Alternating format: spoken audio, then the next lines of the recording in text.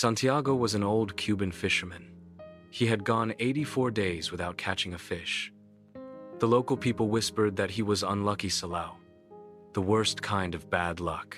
Once, a young boy named Marlin had fished with him, but after so many fishless days, his parents made him work with another boat.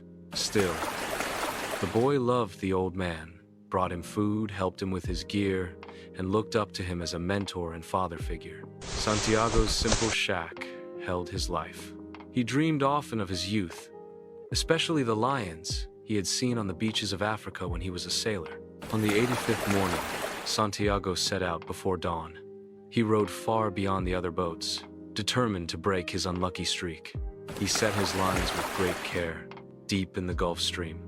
At noon, a huge fish took the bait. Santiago knew at once it was special. The fish, a giant marlin, pulled steadily and powerfully.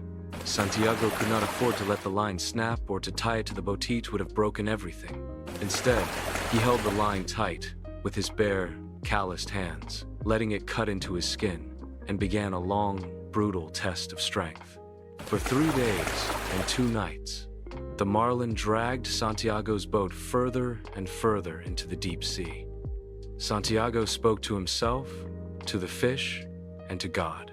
He admired the marlin's power and grace, calling it brother, even as he resolved to kill it. His body was cramping, his back ached, and his hands were torn. But he would not give up. On the 3rd day, as the sun rose, the marlin finally surfaced, circling the skiff.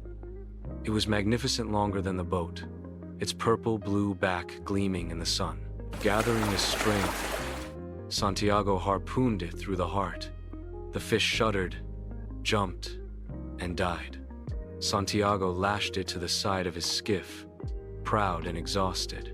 But the sea was not finished with him. Soon, the first shark arrived, drawn by the scent of blood in the water. Santiago killed it with his harpoon but lost the weapon in the process. More sharks came.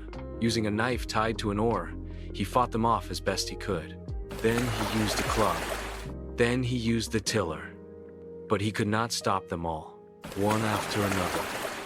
The sharks tore chunks from the marlin's body, reducing Santiago's hard-won prize to bones and a ruined head.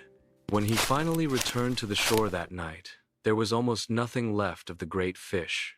He staggered to his shack with what strength he had left, laid down on his cot, and fell into a deep sleep. Later, tourists saw the skeleton of the marlin tied to the boat and mistook it for a shark. The villagers, however, knew what Santiago had done. They said nothing, but they respected him. As Santiago slept, he dreamed once more of lions on the African beach, symbols of his youth, strength, and undying spirit.